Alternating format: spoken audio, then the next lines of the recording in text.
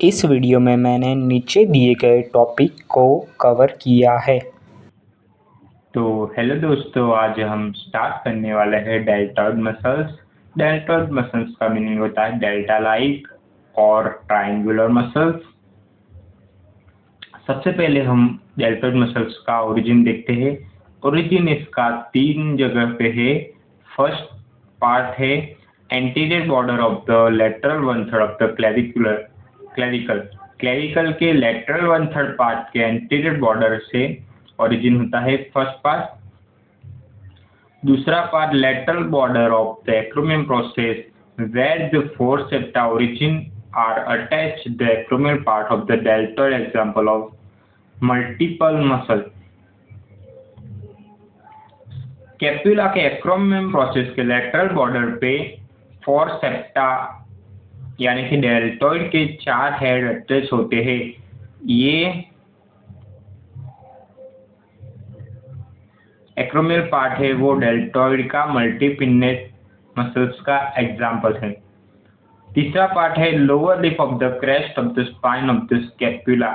Scapula के spinous process के lower lip से तीसरा पार्ट ओरिजिन होता है। आगे हमने देखा कि डेल्टॉइड मल्टीपिन्नेट मसल्स का एग्जांपल है। तो आइए देखते हैं मल्टीपिन्नेट क्या है। जिस भी मसल्स के फाइबर एक साइड पे मूवमेंट होते हैं उसको यूनिपिन्नेट बोलते हैं, और जिस मसल्स के फाइबर दोनों साइड लोकेटेड होते हैं उसे बाइपिन्नेट बोलते हैं। एंड जिस मसल में एक से ज्यादा सेप्टा मिलकर दोनों साइड फाइबर्स को लोकेटेड रखते हैं उसको मल्टीपिन्नेट बोलते हैं।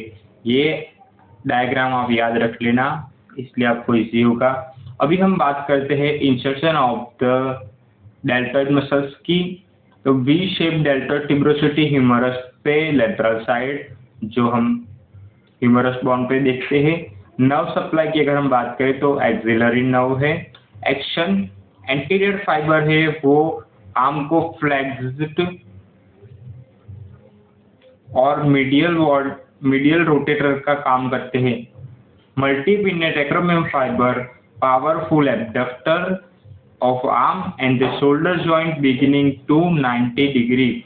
शोल्डर जॉइंट को 19 डिग्री तक एब्डक्ट करने का काम मल्टीपिन्नेट एक्रोमियल फाइबर करते हैं।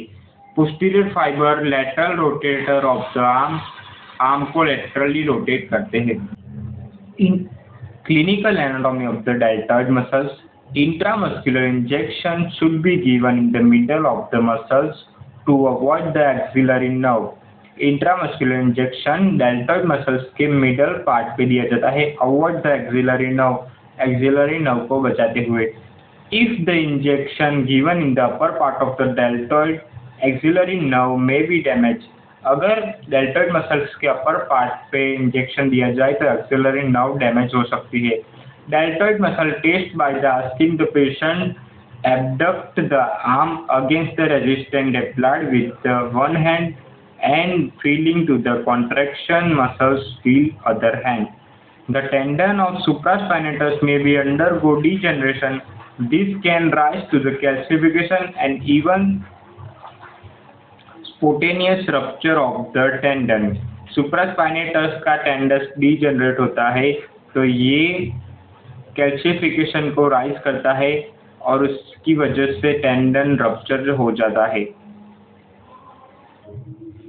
अभी हम देखते हैं सब एक्रोमियल बर्साइटिस, जो एक क्लिनिकल कंडीशन है।